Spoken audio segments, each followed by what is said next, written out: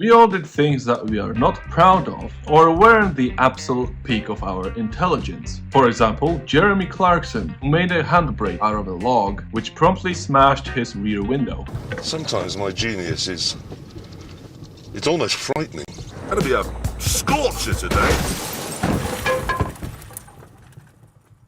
I, for instance, called my primary school teacher Mom, and I remember this to this very day. Similar things can be said about the car makers. I'm pretty sure they do have some things that they are not exactly proud of making. I don't think that the Subaru CEO called his teacher Mom, but I do know that they have some things that could be definitely improved. This, by no means, is a definitive list of all things worst. However, following cars are not exactly perfect from the beginning. If you're a fan of any of these cars listed in here, please feel free to let me know in the comments if I'm wrong. And if you like this type of content, please do consider subscribing. And if you have an idea what other cars are terrible stock, let me know down in bleep blue box. Kicking off with number 5, Subaru Legacy or Subaru Outback. Subaru 2.0 diesel engine. The EE20 from Subaru Legacy and Outback. They suffered from many issues across a few Euro emissions norms. Bottom end failing, oil dilution, and a DPF thing failure, leaving you no option by replacing it sooner rather than later. Also heard about the crankshafts cracking on these due to the engine design. It's just better to stay away from these. As far as engines go, Subaru's EJ and FA engines are one of the most recognized engines in automotive world. You have the EJ20, 25 and the FA20 as the flagships in the flat boxer lineup. In addition to the engines they make, the Japanese automaker introduced the diesel version of these engines called E20.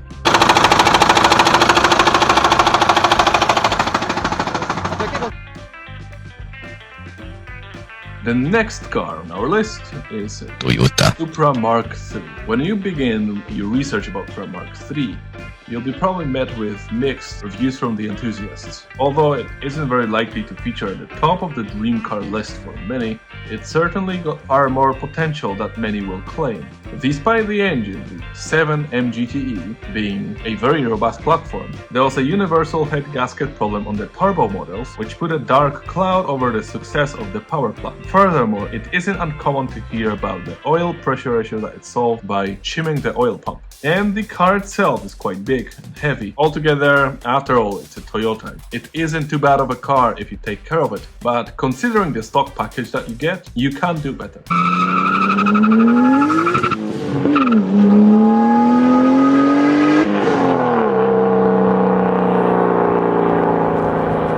But why do we have 240Z on this list? It's as iconic as it gets. It's gorgeous, has a great engine. What else would you want? Well, it turns out of the box it has more issues than you think. Two major things that will cause you trouble. Electrics.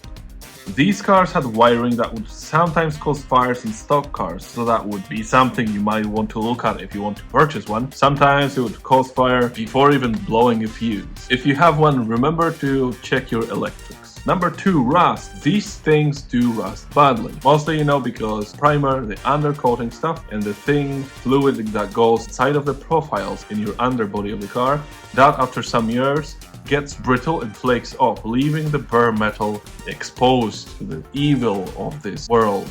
But if you address these two issues, you'll have a great car. It's a Datsun after all.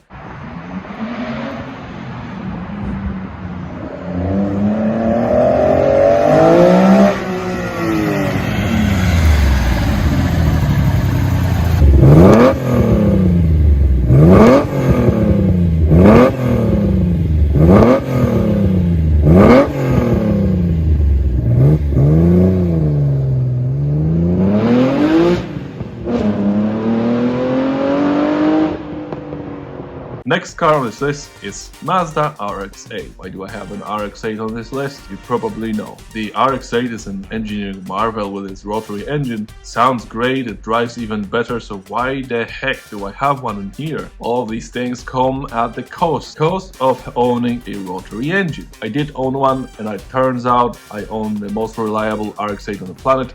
I sold it to my friend and he still dailies it 2 years after. Yeah, these cars come equipped with two major issues. issues. The engine, it's astonishing while it works, but if you start losing compression, when you start having problems starting on cold or hot, it's where the fun begins. Basically your apex seals wear off, and that's it. Next thing, the rust. These things rust fairly badly too, quite similarly to Mazda 6 and Mazda 3 from the time. There are a few things that you can do to prolong the life of the car, like get rid of the rust and run some premix oil in your Mazda. I'll show you one trick to get your car running for longer. Here it is.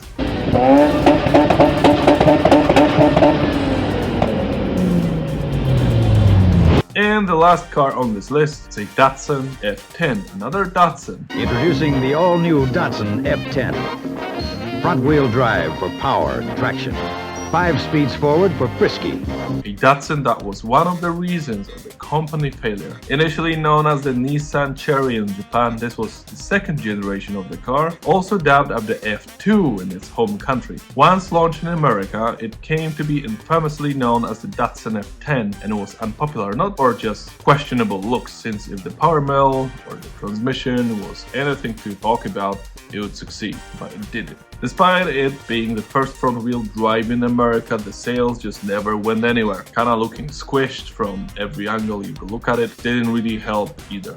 Actually, the things were so bad in the US market that the Datsun was retired, replaced with Nissan.